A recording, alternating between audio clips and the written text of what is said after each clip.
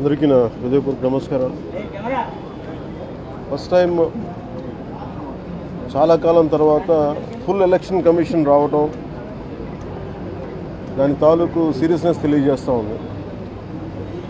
ముఖ్యంగా ఆంధ్రప్రదేశ్ ఎన్నికలు చాలా ప్రజాస్వామ్యబద్ధంగా జరగాలి అని కేంద్రం ఎన్నికల సంఘం మన నిర్ణయం తీసుకున్నందువల్లే ఈ రోజున ఫుల్ ఎలక్షన్ కమిషన్ ఆంధ్రప్రదేశ్ విజయవాడలో రావడం జరిగింది.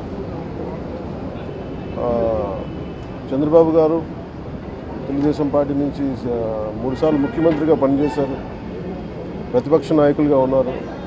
ఆయన సుదీర్ఘమైన అనుభవంలో కూడా నేను ఎన్నిసార్లు ముఖ్యమంత్రిగా ఉన్నప్పుడు కూడా ఎలా జరిగినాయని చాలా బాగా వివరించారు. ఎంత ఫెయిర్ ఎలక్షన్ జరగడానికి ఆయన సాయశక్తులు ఎలా కృషి చేశారో చెప్పారు.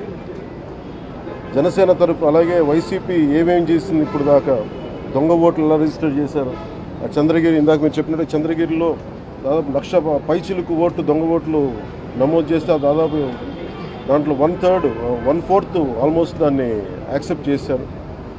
ఇలా ప్రతి చోట ప్రతి నియోజకవర్గంలో ప్రతి బూత్లో ఏ స్థాయిలో దొంగ ఓట్లు నమోదవుతున్నాయి, ఎలా తీసేయాలి, వీటి మీద చాలా స్పష్టంగా వివరించారు.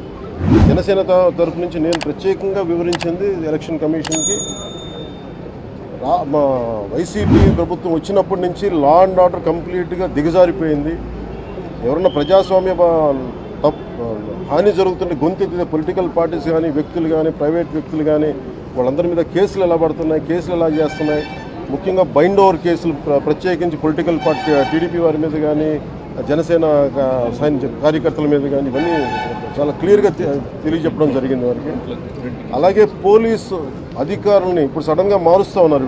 లాస్ట్ 2 నెలలుగా మార్చేస్తూ ఉన్నారు. మళ్ళీ ఎన్నికలు సంఘం వచ్చేటప్పటికి మళ్ళీ వాళ్ళకి కావాల్సిన అధికారులను తిరిగి అక్కడ వేయించుకునేలాగా తీసుకొచ్చిన ప్రణాళికలు చేస్తాం, అది కూడా బలంగా తెలియజేస్తాం. అలాగే మహిళా కానిస్టేబుల్స్ ప్రత్యేకించి సంబంధం లేని చోట్ల వాళ్ళు దాదాపు 87 నియోజకవర్గాల్లో వాళ్ళు పెట్టారు, అది వాళ్ళు దూరం చేయమని ప్రత్యేకంగా ఆయన వివరించారు.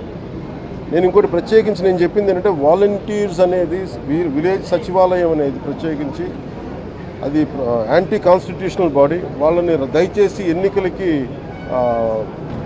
ఎన్నికల సమయంలో వాళ్ళని ఉపయోగించొద్దని చెప్పి ప్రత్యేకించి విన్నవించాం. అలాగే మేము కోరుకుంది ఏంటంటే మీరు కనుక సంపూర్ణంగా దీని వైపు చూడకపోతే, దీనికి పారదర్శకత కన్నా దీని ఎలక్షన్లు చేయకపోతే ఇక్కడ ప్రజాస్వామ్యం కూని అయిపోద్ది, ఇక్కడ హింస ఎక్కువైపోద్ది. అలాగే గత స్థానిక ఎన్నికల్లో కూడా ఏ స్థాయిలో కనీసం ఒక దళిత యువకుడు లాంటి ఒక కనీసం నామినేషన్ వేసే పరిస్థితుల్లో కూడా లేదు, అందరినీ చేశారని చెప్పి ప్రత్యేకించి అది వివరించాం.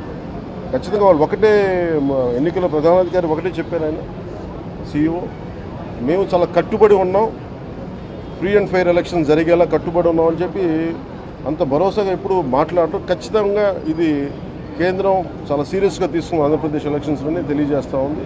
ఈసారి ఫ్రీ అండ్ ఫెయిర్ ఎలక్షన్స్ ఉంటాయి, ప్రభుత్వాలు మారుతాయి అనే నేను మనస్ఫూర్తిగా నమ్ముతున్నాను.